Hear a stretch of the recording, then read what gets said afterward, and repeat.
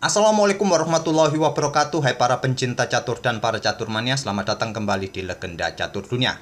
Kembali saya akan menyajikan pertarungan antara Morosevic versus Carlsen kawan, tapi kali ini dalam event yang berbeda, dalam event Amber Turnamen ke-16 di Monaco. Di turnamen ini kawan ada dua sesi permainan cepat atau rapid dan satu sesi lagi yaitu permainan catur buta atau blindfold. Kita akan pilih permainan catur buta antara kedua pemain ini kawan. Dan juara umum di turnamen ini saat itu adalah Vladimir Kramnik, Alexander Morosevic kalau tidak salah di tempat ketiga, dan Carlsen berada di tempat ke-9. Dan nampak seperti di foto kawan, turnamen catur buta ini menggunakan media laptop bukan papan catur. Nantinya tampilan layar di laptop seperti ini kawan, nampak di situ papan caturnya tidak ada buah-buah, ada buahnya kawan, cuma tidak nampak. Nanti bagaimana cara mainnya bang? Oke, jika ingin tahu bagaimana cara bermain dengan papan buta seperti ini, kita lanjut ke langkah pertama. Oleh Alexander Morosevic bermain dengan pion D4.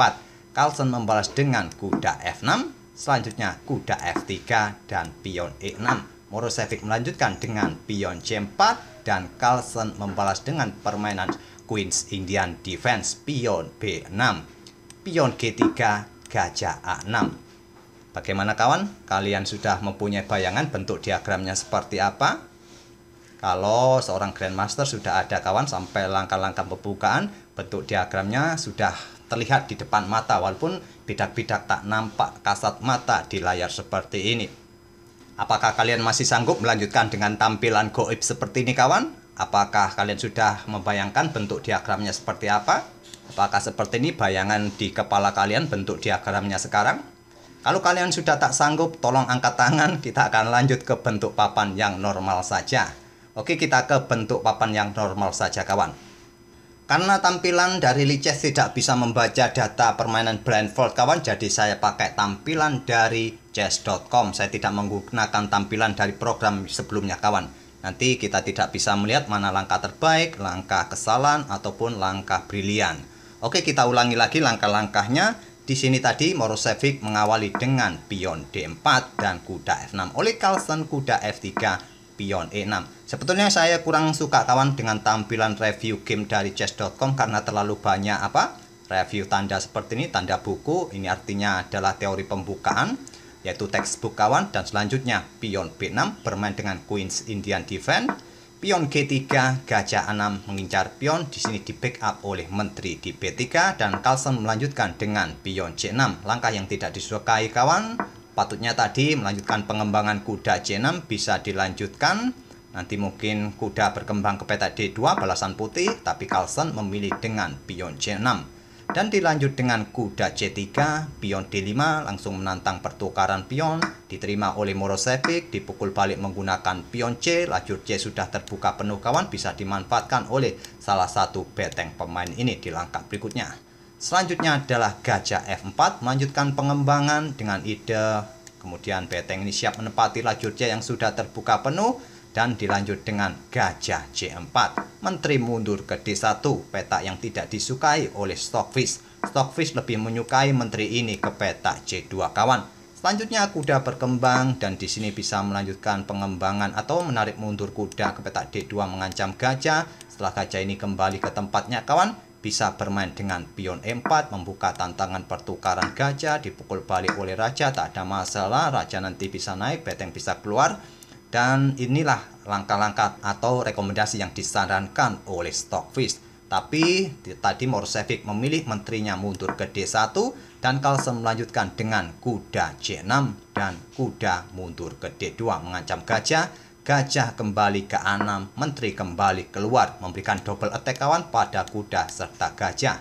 Gajah mundur ke B7 menghindari ancaman sekaligus melindungi kudanya, dijawab dengan kuda B5. Persiapan memberikan ancaman garbuan di sini.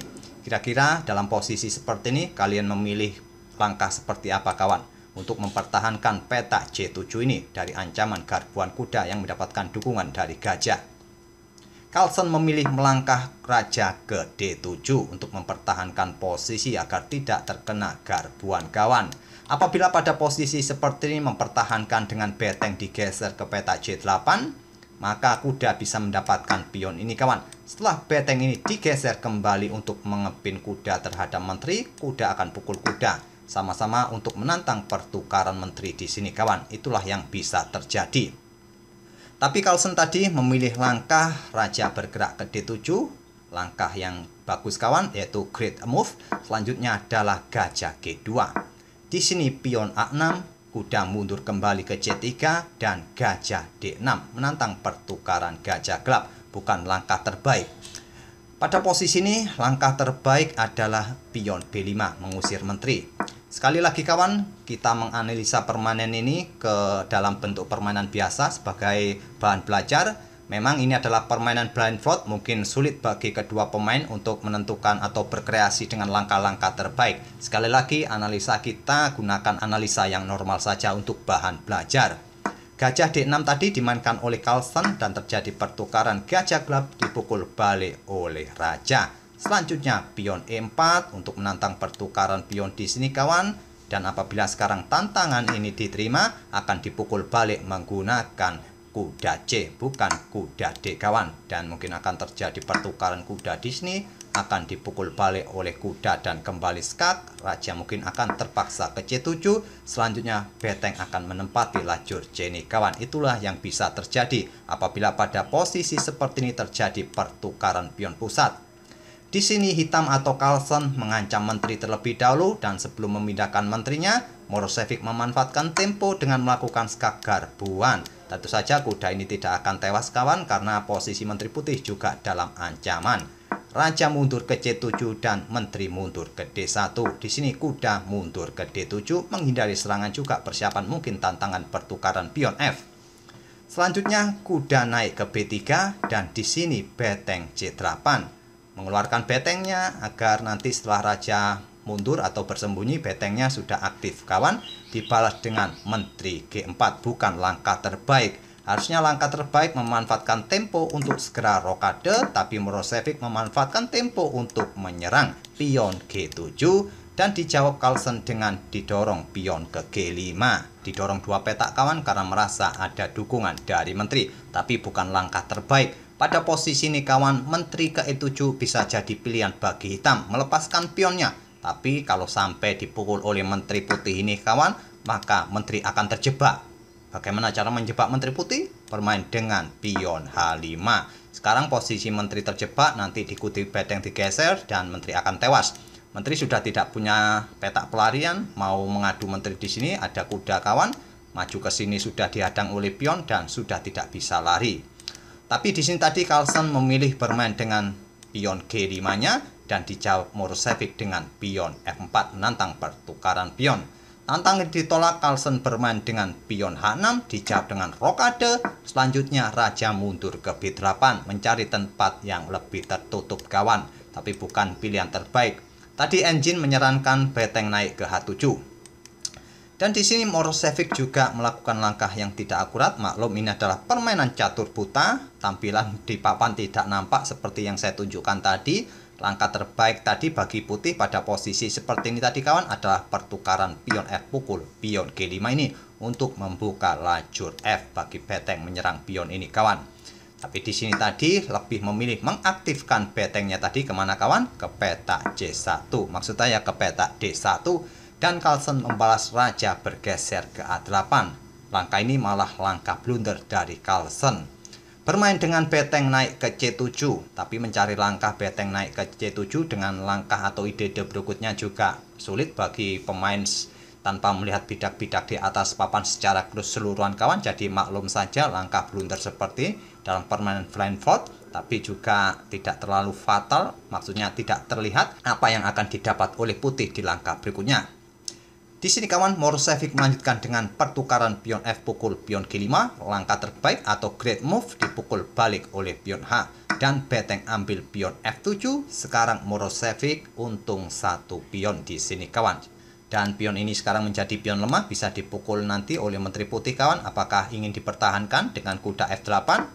Maka berikutnya inilah yang akan dilakukan oleh putih, bermain dengan pion H3 terlebih dahulu untuk membuka ruang bagi raja atau mengantisipasi nanti jika menteri bergerak pion ini didorong maju, pion ini siap didorong agar tetap tertutup.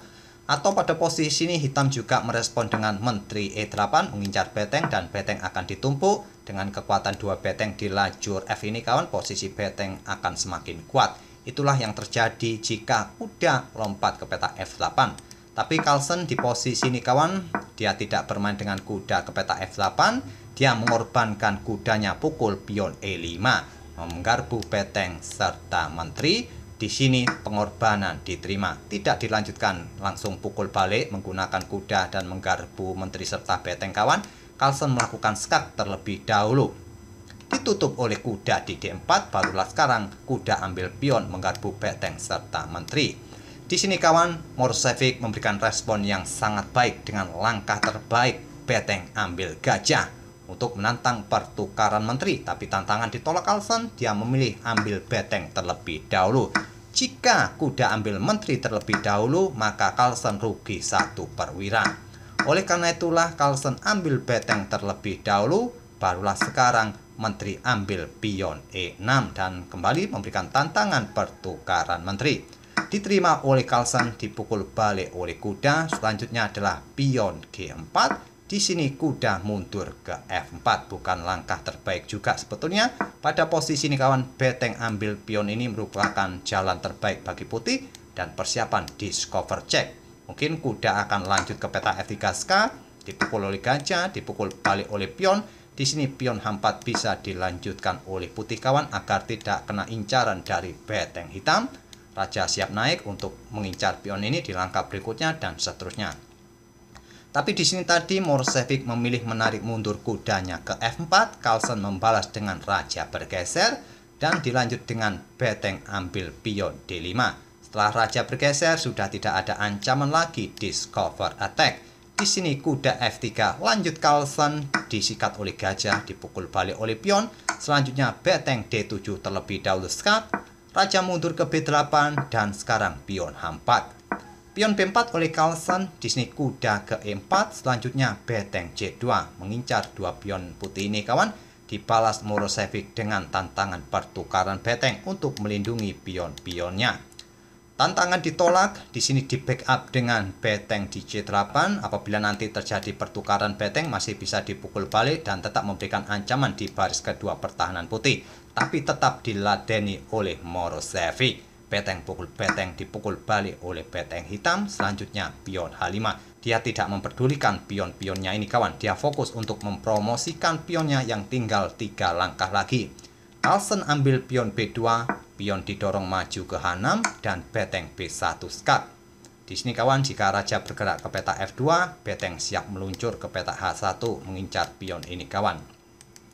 Raja bergerak ke H2 dan selanjutnya beteng B2 skak. Raja maju ke H3, beteng B1 melakukan skak dan mendapatkan pion.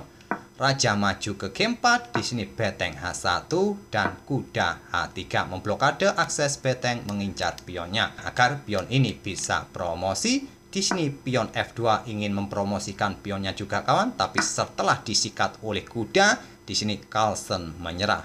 Lihat kawan bagaimana cara permainan kedua pemain ini. Walaupun di layar kosong tak ada bidak-bidak yang nampak, mereka berdua bisa membuat langkah-langkah yang cukup bagus. Walaupun tadi ada beberapa langkah yang kurang bagus, tapi sangat wajar kawan, cukup minor, artinya permainan kedua pemain tadi cukup bagus saya rasa. Dan pada posisi ini tak perlu kita lanjutkan lagi kawan, sangat sulit bagi Carlsen untuk mendapatkan pion putih yang tinggal 2 langkah bisa promosi. Itulah kawan permainan blindfold antara Morošević versus Magnus Carlsen di Amber Turnamen tahun 2007. Semoga permainan blindfold dari kedua pemain tadi bisa menghibur kalian dan mungkin kalian bisa mencoba kawan. Saya tidak tahu di chess.com atau di Lichess ada fasilitas atau fitur blindfoldnya, tapi jika kalian menggunakan aplikasi seperti Fritz, Komodo atau Arena mungkin ada kawan fitur blindfoldnya. Dan kita akan bertemu di video-video berikutnya. Terima kasih. Wassalamualaikum warahmatullahi wabarakatuh.